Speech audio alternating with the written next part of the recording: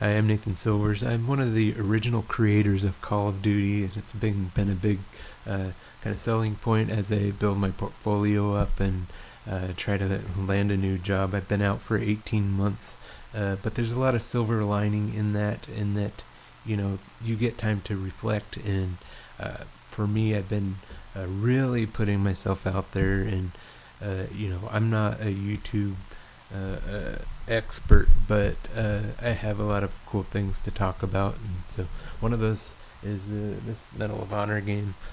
I have this old beat up box. It's the last thing. I should have taken better care of it, but there's some like highlights in there. It's the best of E3, and holds a fond place in a lot of hearts out there. I've had people tell me it's changed their lives, and one guy says he became a history teacher because of this, and another guy says, I remember playing with my dad. It was the only first-person shooter that he would allow me to play because it had some educational value. History was a big thing, and one of my missions was the Norway subpens, and I built all three of the maps for that, and this guy paid the ultimate compliment and did a remake of that in the Unreal Engine 5, and it's super cool. So while I'm trying to do some learnings myself and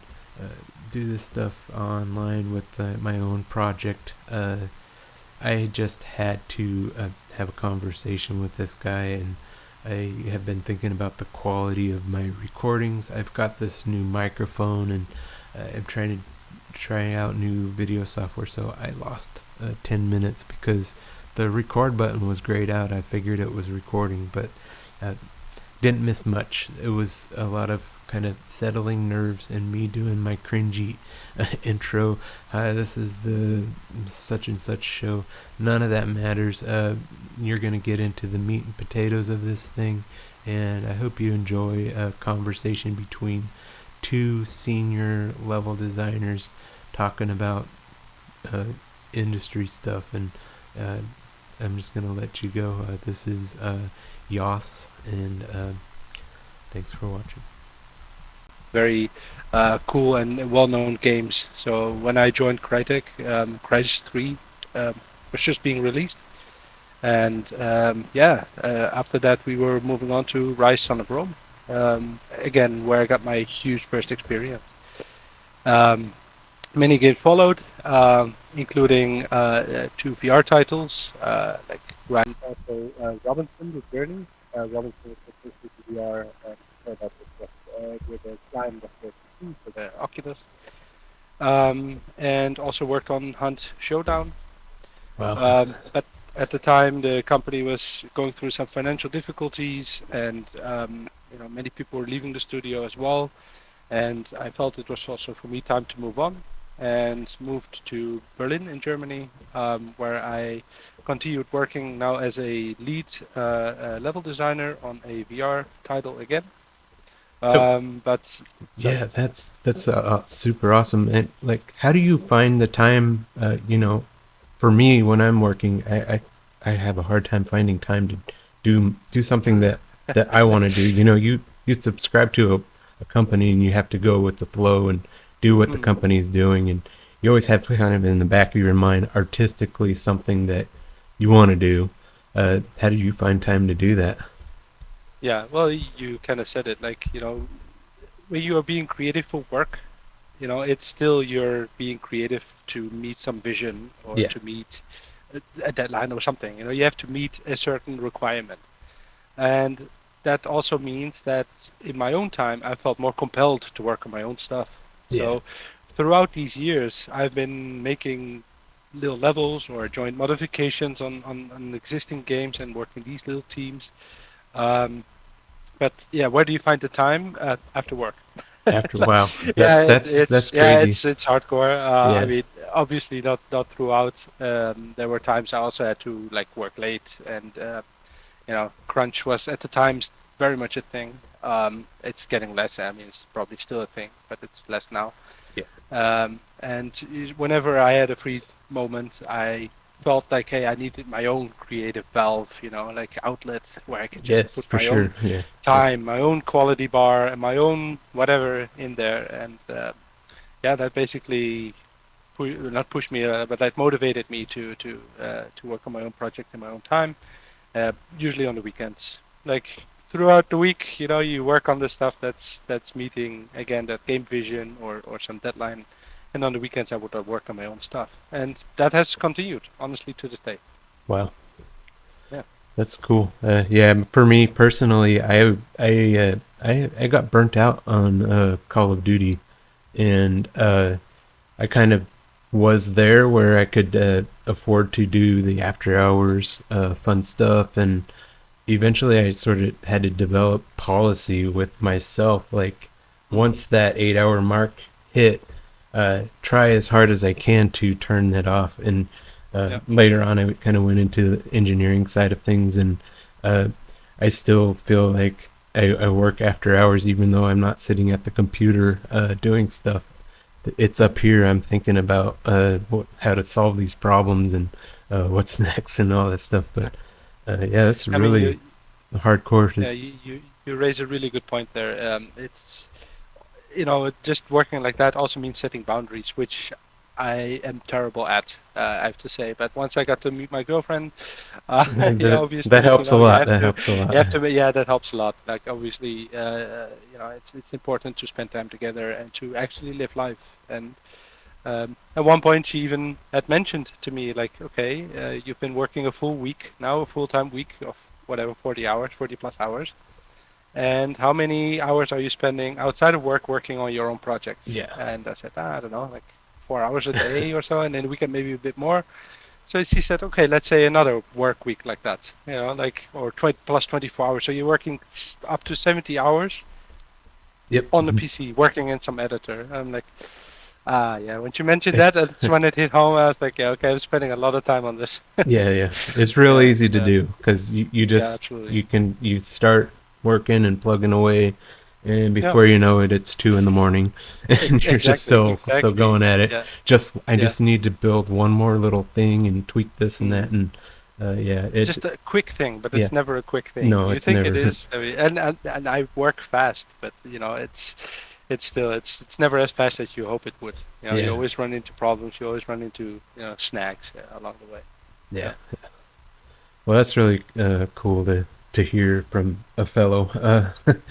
It, yeah, it is challenging for me, the work life balance, and yeah, but it's it's part of important. this It's layoff has been kind of like a blessing for me to like yeah. be able to explore the other things because I had to draw a hard line for myself. Like if I don't do this, I'm not going to be in it for long. I'm going to be doing something else pretty soon because it's If gonna. if if not, let's not get dark here. But if you're not dealing with like something more serious like health issues, like if you Yeah, keep yeah, that up, yeah, if you always keep the bow strung, that at some point it's gonna snap. yeah, yeah. It's not gonna keep up.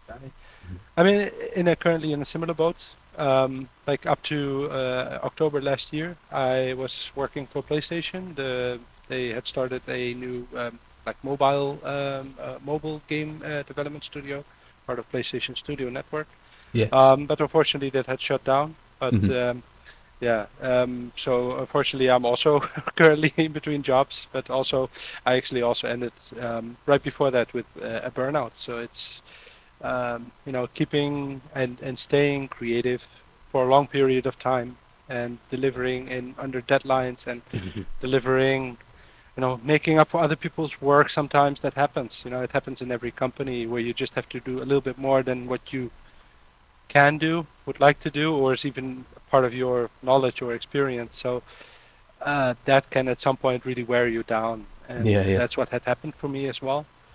So yeah, toward the end of October, I was really like in the deep, let's say, and shortly after the announcement came that the studio would close down. So I was now at home with a burnout and no job. yeah, So you can imagine that was a, a strange situation, not the most fun one to be in, obviously.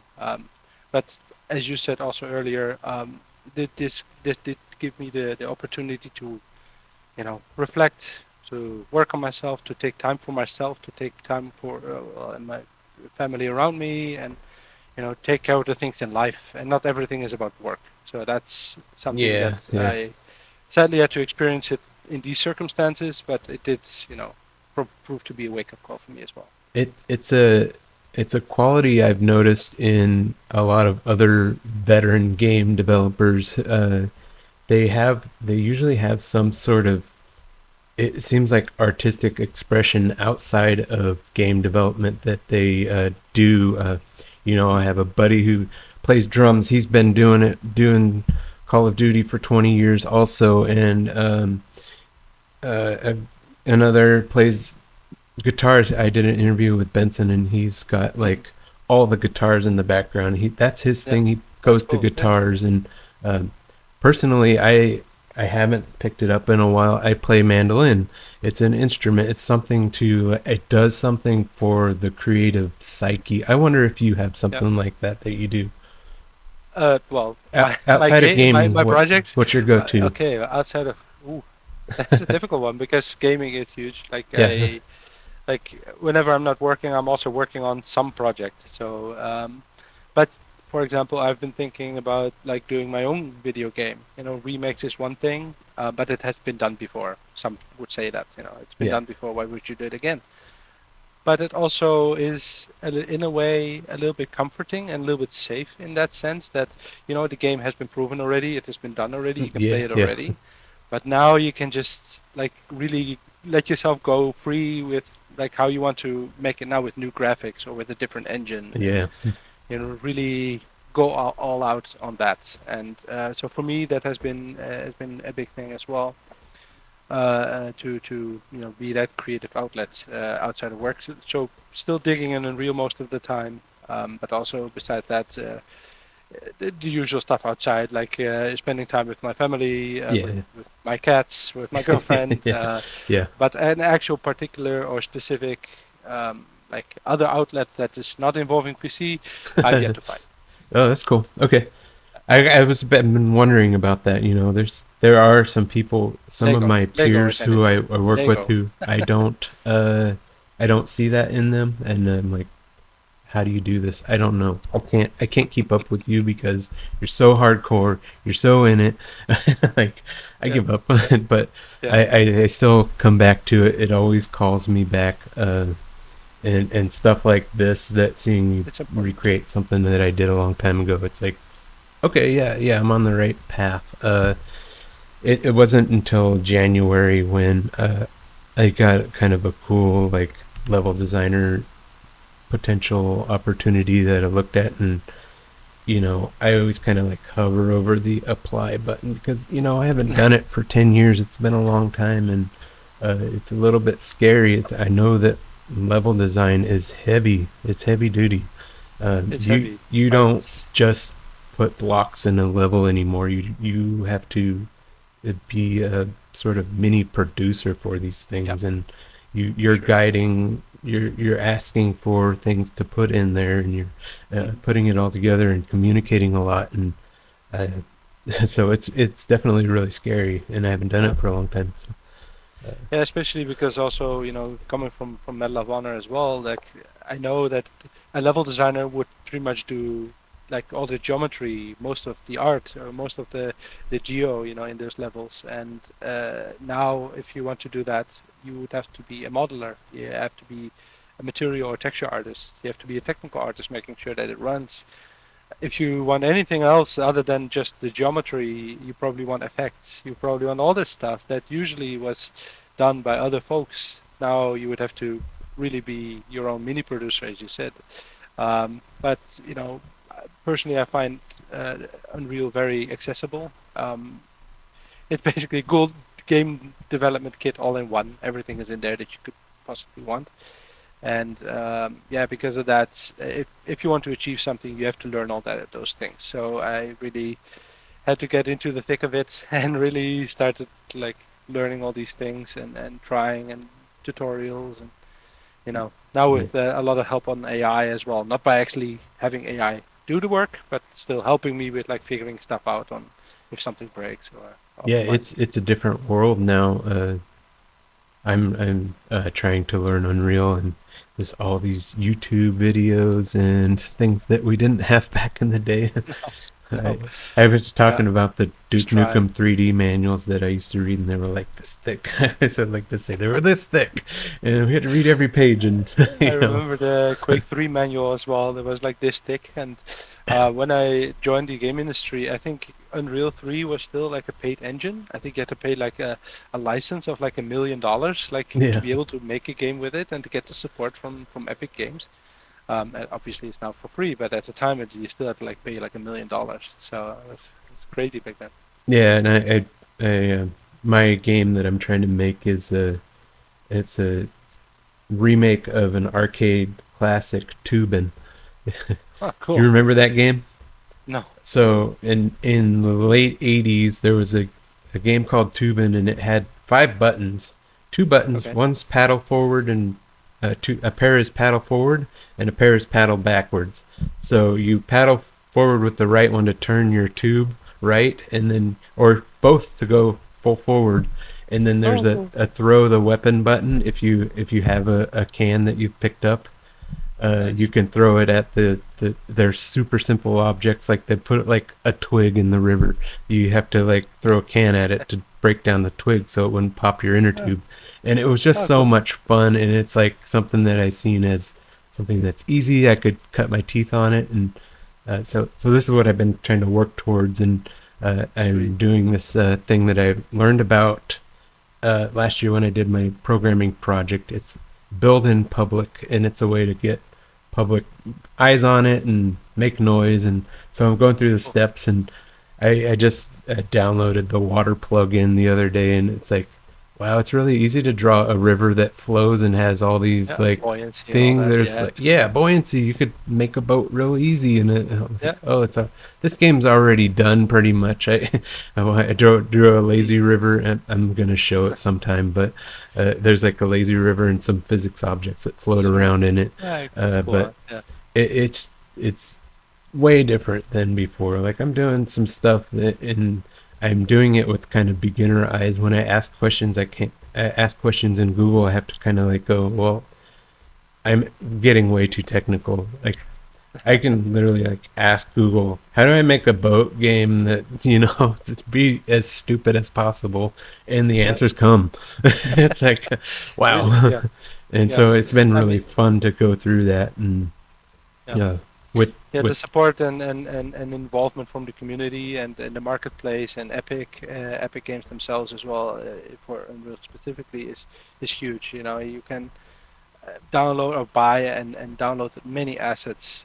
That would save you a lot of time. Are often done so much better than I ever would. So yeah, uh, you can really crowdsource a lot of the stuff. yeah, Same for the project now I worked on. I really like the marketplace idea, being able to just pull an asset and drop it in. And Mm, yeah. I don't know how the money part works out, but they get a cut of it when you ship your game, and that's cool. Yeah, I think I really liked it that they made the engine so free up to, I honestly don't know the pricing from the top of my head, but up to a certain revenue point, you have to like start paying royalties. Yeah, But otherwise, it's for free, and obviously, there's no better opportunity to provide to people to learn the engine, and that is for free. And it's not like here, it's for free. Here you go, knock yourself out. No, there's huge support from both the company, but also the community is extremely supportive. Forums, you can ask anywhere or check on YouTube, and there will be a tutorial for it, or yeah, at yeah, least someone who's struggling with the same, and they'll yeah, have yeah. an answer for Definitely it. lots of resources that we didn't have. No, no. Yeah, I remember just trying things, and to this day, this is still how I operate, like learning things. It's just by doing, just by trying. Okay, I'd be lying if I said I never use like tutorials or anything like that, or like I said earlier, AI. But I still definitely like to just like boot up the tools and just I want to achieve something. How do I achieve it the quickest or the best way possible? And usually Yeah, I will find that answer automatically. yeah. After doing this for 20 years, you're no longer ashamed to say that. Probably the biggest tool in my box of game developer tools is Google. Oh, yeah. It's like, Sure. I don't know how to do this. Yeah. Answers there. Yeah. Now Yeah. they format AI in a nutshell with the answer, and it's Basically. super easy to learn. Yeah. Um, and like I say, like it's the dumb questions that you get over technical with the prompting on these things, and you get an over technical misunderstanding of what you're saying, and Yeah. uh, Yeah. like I mean, even I've really gotten good help from AI as well. Like, for example, I was always under the assumption, especially with the later versions of Unreal, that all the meshes, all the static meshes, all the 3D models should have or must have nanite enabled. You know, this cool new technology from Unreal to be able to run like so many models and at such high fidelity, and it will still run buttery smooth. That AI recommended, like, okay, if your geometry is under 10,000 triangles, you don't even need nanite. So this is something that I would probably have trouble finding like an answer online because opinions differ, and oh I yeah, would really have to dig deep. And AI yeah, was there yeah, to tell me, like, hey, listen, you don't necessarily need it. It might be overkill even, and you get the overhead of the processing of nanite. I know this is just a specific example, oh but yeah, just to show that it's yeah, it's been really helpful, with me in the past, and also with the recent project. yeah. You Uh, you definitely have to dig deep on some, like even in the past with forums and trying to learn how to program stuff. You bump into really bad advice, and so yeah, you have sure. to. It's up to you to have brains and sort out the Yeah, good from the bad and stuff like that. So still be critical. that's where Absolutely. the people skills still matter. The AIs Yeah, are not taking over, but they're there, and it's a great tool that we can all embrace and use and stuff like that. But uh, yeah. yeah, It's as you said, it's a great tool. I am not expecting or thinking it will overtake us. yeah, yeah, Well, at least not soon. Or maybe it will. I don't know. I'm not a fortune teller, but I still think that it's a great tool, but that tool will not have personal experiences, personal feelings, or even a feeling of nostalgia. yeah, yeah, yeah, The AI might see, okay, this game is X amount of years old, but that nostalgia that came with it, the memories you had back then, does not come with it. So nostalgia, your experiences, the learnings, the hmm do's and don'ts that you learn along the way. AI doesn't know that. yeah. It was cool to put on my headphones when I watched that video. It's like that sound was such a big part of that mission. Yeah, it is. Uh, I remember we worked on this thing for I think it was 18 months ish, but it wasn't until like 2 or 3 months from shipping where we got the music drop, and it was like the full orchestra, the full backing of Michael Giacchino, yeah, yeah, yeah. Steven I do have to Spielberg pronounce power. his name. Thanks for the Yeah, the yeah, orchestra, awesome. And then it just became a whole different thing when you hear the yeah. the strings in the background and all that. And wow, wow, Absolutely. I got to work on that.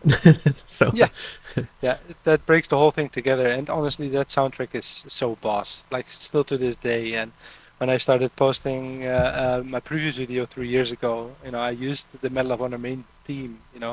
And people are like, "Oh my God, that music hit hard, straight into the feels, straight into the heart." It pulled my heartstrings immediately, and it's fantastic to read such comments always because I feel those feelings. I have those feelings, and if I were to see that someone had made something like that, I would also be over the moon. I'd be like, "Oh my God, this is freaking amazing!"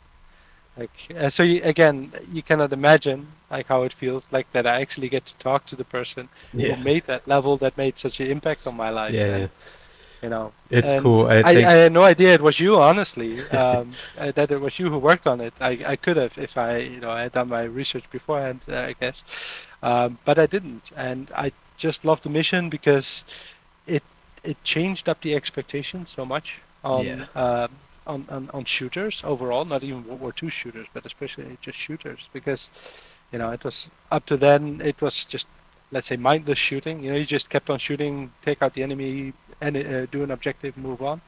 And it actually was one of the first missions that changed things up like dramatically. yeah, D-Day was one of those missions, and the submarine base. And I I visited many bunkers. Like I said, I'm now Berlin based, so there are many bunkers around. So I do tend to visit them with my Oh, fascination for yeah. World War II.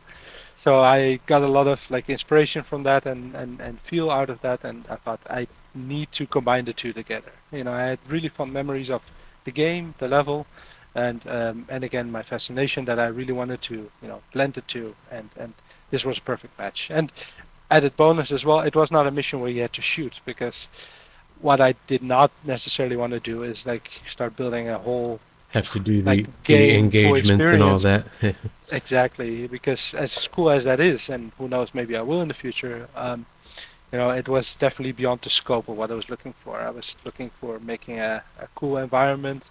Like, hey, what if those memes, RTX on, RTX off kind of thing?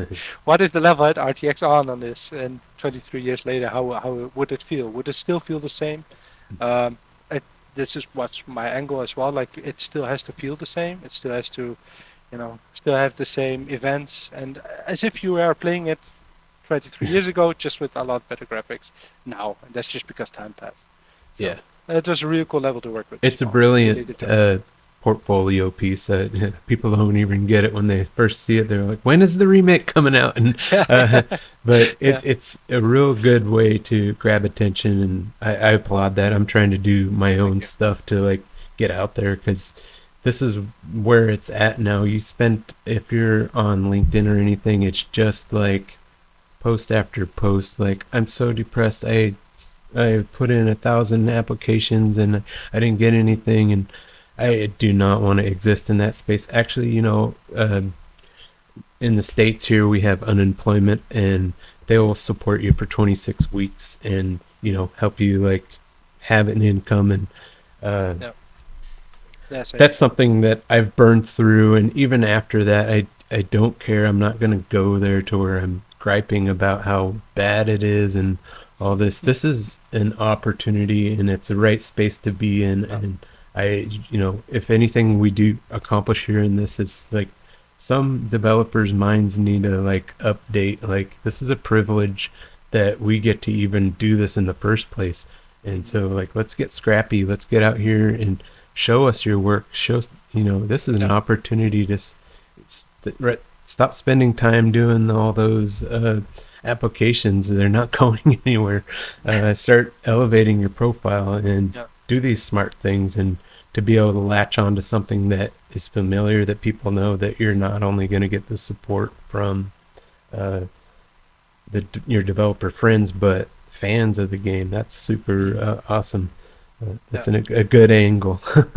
Yeah, absolutely. I mean, yeah, I get it that if you are applying at so many companies, at one point you grow weary, grow maybe desperate, and you feel that you don't matter. Maybe I don't know, or you Yeah, feel that it's so tough to get into that again. And for me, I also didn't want to just sit idly by or be like, I'm unemployed, I have burnout now, and yes, I am working on myself. That's super important, and part of working on me, on myself, was also to work on something that I really cherish and really like wanted to put my full effort and passion into, yeah, and that's why I really felt it was also for me a huge step into towards recovery and towards, you know, at one point I do hope to apply again, and then hopefully with this piece on board, with yeah, the yeah. level in part of it, that Yeah, I'm people kind can of also see that rooting for what I for can the do.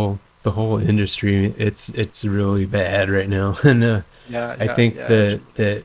there's a silver lining, and there's kind of like there's people out there who are going to be buying in the low.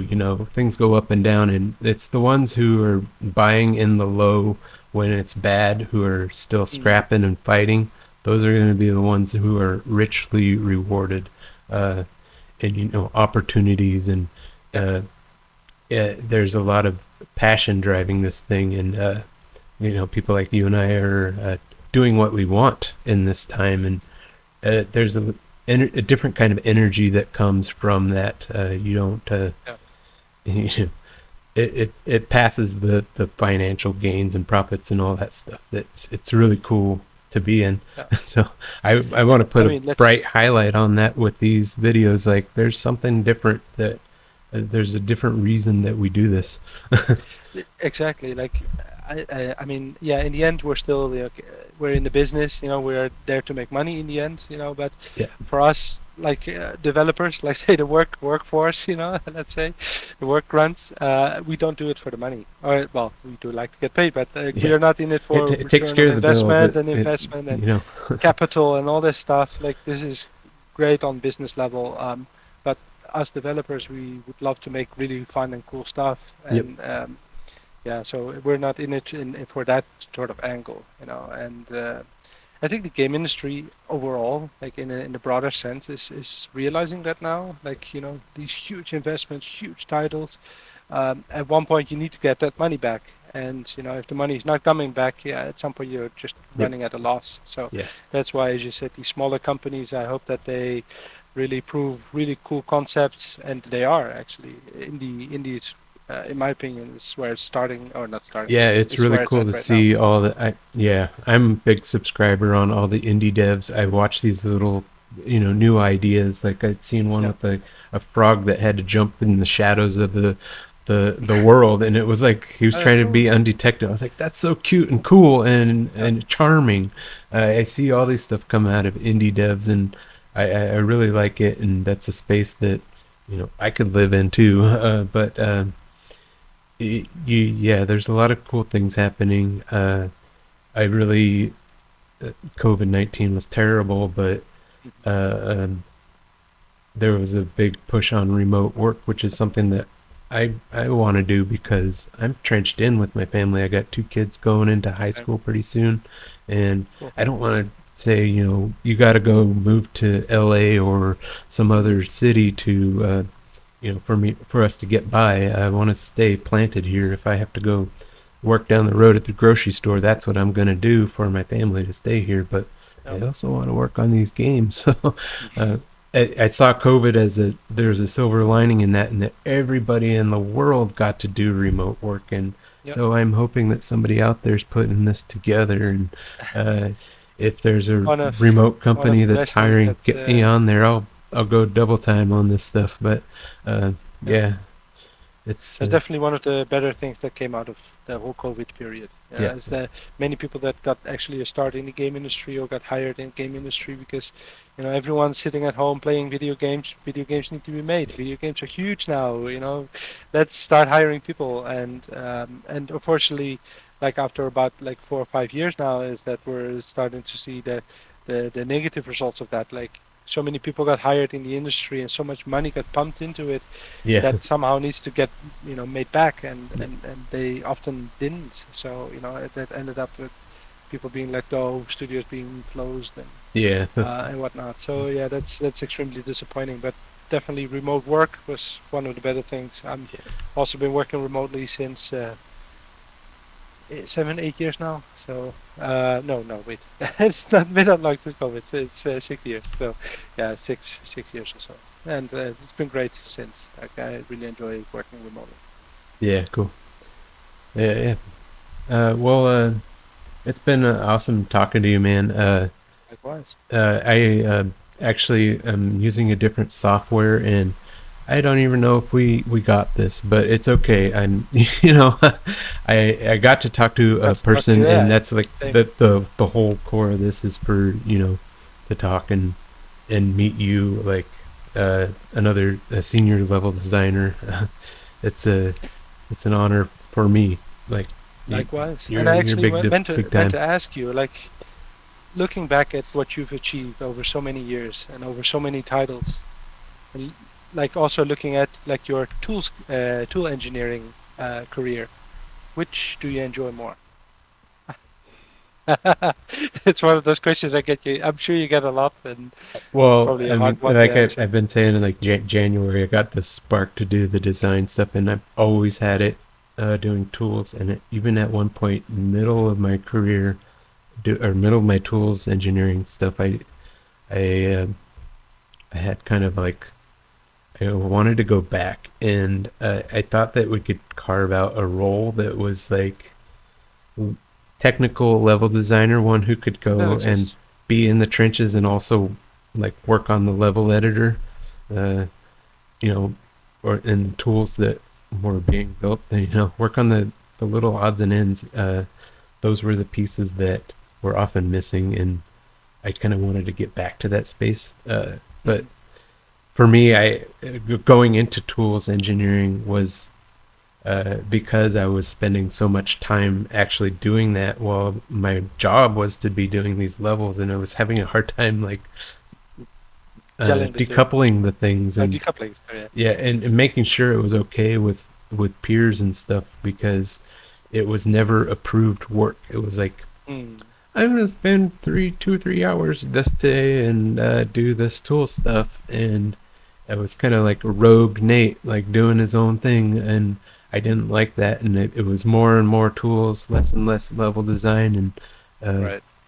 but I think you know as I'm doing this, like I have nothing to say about the tool stuff. For one, it's on NDA, and not supposed to talk about internal Mm. technology and all that stuff.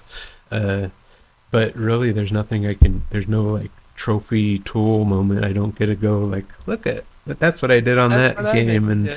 you remember that and all this stuff, and so I got a little bit of We're the yeah. I kind of unsung like my heroes. my Unsung designer heroes. Yeah, role. yeah. Yeah, People don't see our stuff unless it's bad. Then they notice our stuff, yeah. like level design, but also tools. I've been in both situations. Like if the tools were not supportive enough, or there was no time in the production to actually invest time into proper tools, and as a result, my design suffered as well because if a designer can only be as good as his tools. So if you can ask for it if you're not getting the tools, then obviously that's extremely disappointing and discouraging. So I've also always adopted that mentality, and if you want, and in a bit I can show you maybe some of the tools I developed for this one level now that I'd made. I made some tools actually that's Oh, that's cool. more on like technical RT side, like it's not tools as in I made an entire Yeah. software or whatever, You know that but a they were lot still of helping me. the Call of Duty tools, Radiant, a lot of that was developed by the level designers, kind of just wanting more. And Yep. I say like early Medal of Honor, Radiant, and I brought a lot of Unreal to that. So like the camera movement, how you move the Hmm. camera in Unreal. Oh yeah. Uh, I was just hating the how the Radiant worked, where you click on the upper quadrant and it would move the camera, the I bottom to move it remember that. back. Yes. I Yes. hated that, and I just Yeah. always liked the pan with the mouse, and so that was Yeah. my request personally, and that's why when you go to Mo Radiant or IW Radiant, whatever that's called, Mm. uh, that's Cloud rating. the camera is the same as Unreal. So Yeah. that's Yeah, a it is. there's a lot of cool bleed over. I actually flew in a Medal of Honor Radiant the other day, and it's like, ooh, that was blast from the past. Like I really had to like get myself into it again in terms of controls. But it's funny how you pick that up almost like not instantaneously, but like really fast. Like Like riding a five bike. minutes, you're like, oh yeah, I don't know it again. Oh yeah, it's just there. Oh yeah. And I've worked with like Medal of Honor Radiant, with Call of Duty 1 Radiant, so COD Radiant, and Call of Duty 2 Radiant. I did a little bit for. And then I started in the game industry, so so Modern Warfare I kind of missed. I mean, I did open, but I didn't make anything for. And then World at War I started picking up again, done by Treyarch. They also had released tools. Yeah. And then shortly after, Black Ops came with tools as well, and Black Ops 3. And I think that was the last Call of Duty that actually came with tools. I don't think it came with tools after Yeah, that. So unfortunately, yeah, I yeah. thought I also that remember. was something that I could help out with when I got on the tools team because I really wanted to update that, and it just got Yeah, really heavy with balancing. I think the biggest thing was security. When you of put course. everything out there, you have to be Everything is extra accessible tight now. in the security, and it was just that was going to be an extra effort to Yeah, kind of like make the mod version and the pro version, and yeah.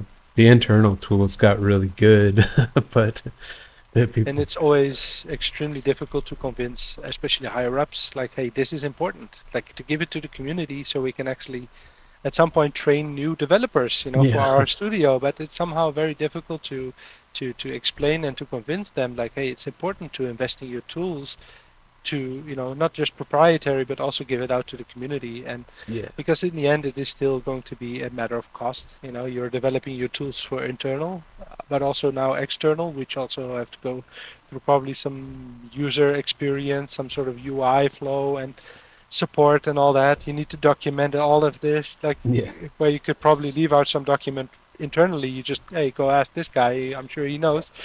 Now you have to actually provide the documentation. So yes, it is a huge investment, which I still think pays off, but it's a very difficult one to convince the Yeah. higher ups that this is important. Yeah. It's a lot of onboarding that you need to do, and when you do a proprietary engine like Call of Duty, it's Mm. like you get these other people who come in with all these expectations and stuff, and it's like, no, no, that's not how it works here. We have this kind of like, it's a different process, and you have to do X and Y, and Yeah. everybody, it's like, we called it tribal knowledge. It was like you would try to document gone. things and have like the internal wiki or whatever, that it would just always Yeah. get out of date, and so I that remember was that, heavy yeah. on me. That's what one of the things that drew me into tools, is I want to make it easier for somebody coming into here to Yep. be able to get up to date and be able to use these tools. Absolutely. I mean, I'd be a fool if I would not make any tools that I would have loved to see. Yeah, I know it takes some time away from doing the actual work I set out to do, but I also know that if I develop these tools, then I can actually make it so much more comfortable or so much quicker for me. Um, and if you like, I mean, this is probably a perfect segue. If you like, I can share my screen. So Sure, I'm not yeah. sure if we should be I recording got a this few because minutes. yeah, obviously I don't want to take up your entire evening or day. Let me see. You should be seeing Unreal now. Yeah. Yeah. Well, you notice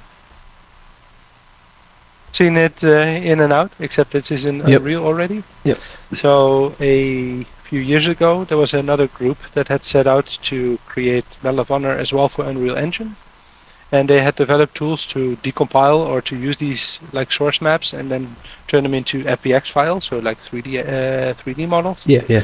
And that I could just import. So yeah, everything is as you had made it back in the day, like Okay. the separate brushes and That stuff. explains it. That explains the one-to-one. Yeah, I'm like, Don't tell there's anyone so because- much accuracy yeah. there. Like, this is, Yeah. I've copied some things in my days. I did a real world space, and I just kind of eyeballed everything. And I was like, maybe he did that. This explains a Yeah, lot. I mean, I probably could have. It would have just taken so much longer, and I would have to look at a lot of reference and play a lot to see. But obviously, having source material like this was like a tremendous help. So yeah, it started out with this basically, like the block out, and I'm a neat freak when it comes to my setups here. So everything Yeah. is properly named, and I hope you can see it all properly. I'm not sure how small it is on your screen right now, but I try to really be clean in everything. So I am actually right now working on the making of this, so I can show. Oh yeah, that'll be facility. super cool. And and this is shared because there's some shared stuff with stuff that's down here below. So let me just get rid of that error message. So yeah, this is the interior. I think there's something with the fog. No, it's good. And yeah, these are all cinematics, mini cinematics with a metahuman in there and a uniform. And having to animate all of that, I'm not an animator. So I had to blend a lot of animations or just keyframe it like how it probably was done back in the day. But again, I'm not an animator, so I don't have the patience or technical knowledge even like to get that done. I know, I'm dreading that part of my boat game. I'm like, I gotta figure out how to animate and put the guy in the thing. Yeah, That's gonna be hard. Yeah, it's definitely not. It's not that much fun. Actually, I forgot to enable one layer called refinement, like decals, smudges, signs. Yeah. So this is. I mean, I don't think you can call this a tool really, but you can place decals. I'm sure you're familiar with that. Yeah. To add smudges or whatever, but also text. And I found that whenever I have to place text here, I did not want to create a texture for each word. So Okay. I made this huge texture atlas, this texture map, where all of the words, all of the signs would be on, and then move like a UV around and say, okay, I want to take just this snippet of the texture. But I didn't want to create like 50 materials or whatever for each word, for each sign. So I actually developed this little blueprint here that I can just say, what kind of sign is it? And it would scale it automatically, and cool. also choose the right texture. So, for example, Berlin is because the decal itself was scaled, which was used here in the lab. So it's one of those, with the clocks and the time differences. Oh wow. So I can even set the transparency on it. Like I can 0.2 and you barely see it, or 1, and I can give it an override color, pink, for example, and it's pink now. So it gave me quite some stuff to work with. But one of the bigger tools I work with, I noticed a lot of repetition in terms of art placement. So wiring, electrical wiring, or these air conditioning units here, or these beams, for example. If I want to make this beam, I can either just take one beam and scale it up, or have two. Or in another case, for example, in the submarine pen, I will activate that now actually. Give me a second, because a lot happening, with the recording and graphics and all that. So for example, this whole track here for the cargo lift here at the top, this was a huge beam, as you can see. Now I can start placing like, I don't know, 10, 12 or so of these beams. But if I want to move it, I have to select all these 12 beams or link them somehow together and start moving. And I figured that can be done much simpler. So I created something which is spline based. So you're familiar with the spline, I assume? Yeah, so you draw a spline and you can have the mesh follow it. And I can basically tweak all these settings. So I can say, I want to change the material of this one to be yellow. I think this is yellow. Maybe, it's not yellow. Kind of yellow. Actually, yeah, it's here. As you can see, it does change the texture a bit. But I can also say, let me just open it. So -1 amount means it's automatic. So it just takes along this whole length, start placing all these meshes at a certain scale. Or I can say I will place only 2 of them. So in this case, it's 2 meshes here now. Can I show this elegantly somehow? Yes, I can. Okay, these are 2 meshes. So this is 1, and this is another. Or make it 10, or again -1, and it will just follow it completely along. Yeah, so That's that was cool. one of the tools I developed. Some transition going from lighting to another.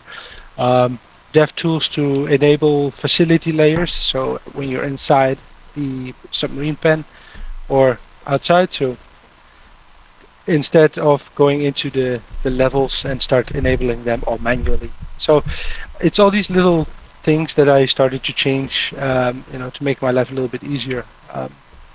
Another one, for example, is the materials. So between you and me, there's been a lot of comments as well on the video why I changed the swastikas to this icon. No censorship or whatever. It was really making sure that the video could actually be shown widely, to the audience, including people who are not that familiar with the game, without YouTube, causing issues with takedown or algorithms pushing it down. I had noticed this as well with my last video, that the video was pushed down further because it featured swastikas. And since I'm only showing it on YouTube and not releasing it as an actual game, I felt like, okay, then I need to change that, and it has nothing to do with censorship or anything like that. So yeah, for you, I can show you how that would look like, but I can easily change it into a thing, and this is just a material overlay on the top of an existing one. So there's even fabric. That's you can cool. even see the fiber of all that. I'm like, you young whippersnappers, you get all these fancy tools. That's not how it works. Yeah, that's not how it works. Yeah, I have to go to Textfile and to define the thing and then copy and paste each one of those. Yeah, exactly. Yeah, this is something I've done in the past. I don't want to do it. I just want to. someone said it earlier in the comments, like, screw it. If they're not doing it, I'll do it myself. And that was kind of like my approach to this whole thing. Like, well, if they're not making tools for this, then I will do it. Yep. Or if I think, hey, this will speed up my workflow and make it so much easier, then I will. So yeah, I started Yeah, creating that. yeah, it's So kind of the engineers for the game. They have these really big things that they work on, and they don't want to think about all the details and how it the little connects to the things, yeah, designer actually using the tools. exactly. And it's a really cool space that I noticed when I was a designer. Like this, somebody needs to occupy this space and really like embellish quality of life for the designer, and that's what I Absolutely. was after with that. Yeah. And still I am. Like if actually. I found myself in a tools engineer job, sure I'll get behind it and do it. But yeah, I have a right now. I'm having a gravity to this stuff. Seeing you, Yeah, this is absolutely. lighting a fire under me. It's something I'd be interested in as well.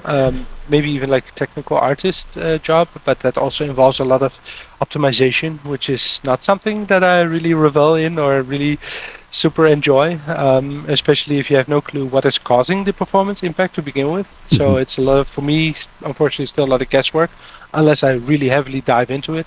And it's just not something that I really had the patience for to do. Obviously, I still had to optimize, and I did a lot of optimizing. As you could see, like I put everything in separate layers. I can even turn off the C separately. If in case working with the C on is annoying, I can just enable it or disable it.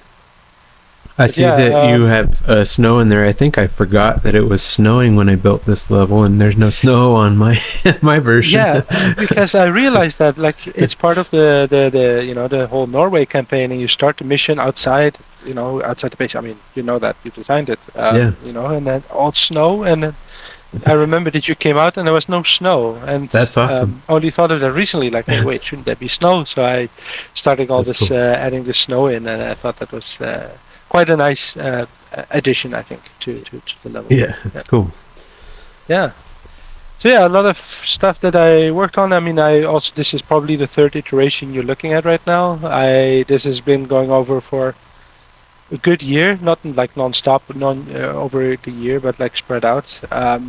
Like the first one still had like different assets as well, not as good assets as the ones I'm using now. And the third, this latest version, like really required a lot of optimization. The other one I made was like so heavy that I could barely run it. It was running at like 20 FPS at its best, and Oh, let alone having to record it after that. So, and right now I managed to get it running at like 60-ish, 70. I don't have the beefiest PC, so I was somewhat limited into what I could do. But I still got it running, and super proud and happy with how it turned out. It was fantastic. The pacing of the game, yeah, it was much harder, but also it feels like such a different game. Like I played it again today, and I was like, yeah, it does feel different. Like not always in the best way, but back then it really felt amazing. And now I was like, I wish I could sprint, or I wish I could aim down the sights, and there's these kind of things that you want to do and could not do back then. But not in that game anyway. So yeah, it's cool to see how games have developed, but there's still always this draw back to me. Part of nostalgia, part of my youth, part of so it's a game that I played with my dad as well. Like my dad loved it as well. He mentioned it quite often in the past. So well, it's really cool. it's cool. I have to invite you to some of these Discord servers if you're on That'd be Discord. awesome. There's Absolutely. yeah, these guys.